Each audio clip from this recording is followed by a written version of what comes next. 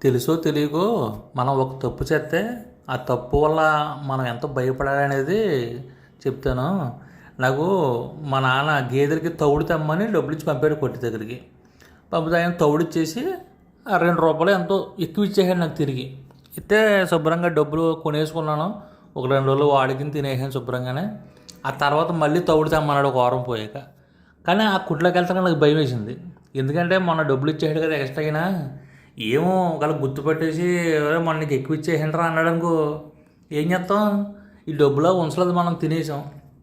ఇంకా లేదు నాన్న తౌడు అయిపోయిందంట అని చెప్పి వెళ్ళిపోయాను. మళ్ళీ 4 రోజులు పోయాక మళ్ళీ ఎవరే చూడు తౌడు వచ్చిందేమో వెళ్ళరా అన్నాడు. ఎక్కడ మనం ఏమో వెళ్తానికి భయం. అదే వెళ్తా భయం అంటే డబ్బులు వాడి తినేసాం, తప్పే కదా. అప్పుడు తెలియలేదు, చిన్న వయసు మొత్తానికి ఎందుకులే, ఇంకా అప్పుడు తెరలేదు. తర్వాత భయపడ్డాను.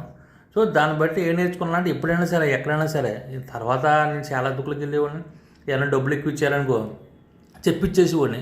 ఇస్తే ఆ కొట్లో వాళ్ళు ఎంత మురిసిపోయేవారో నన్ను చూసి, అలా రావణ్ గారు అబ్బాయి ఇలా డబ్బులు ఏమైనా ఇచ్చినా వెనక్కి ఇచ్చేస్తారని అంత మంచి పేరు సంపాదించిన తర్వాత అనుకోండి ఏదైనా ఛానల్ భయపడ్డాను నేను. ఏదేమైనా నిజాయితీలో ఉన్న గొప్పతనం వేరే, ఆ ఫీలే వేరే ఉంటుంది అనమాట. మనకు మనమే పొంగిపోతాం.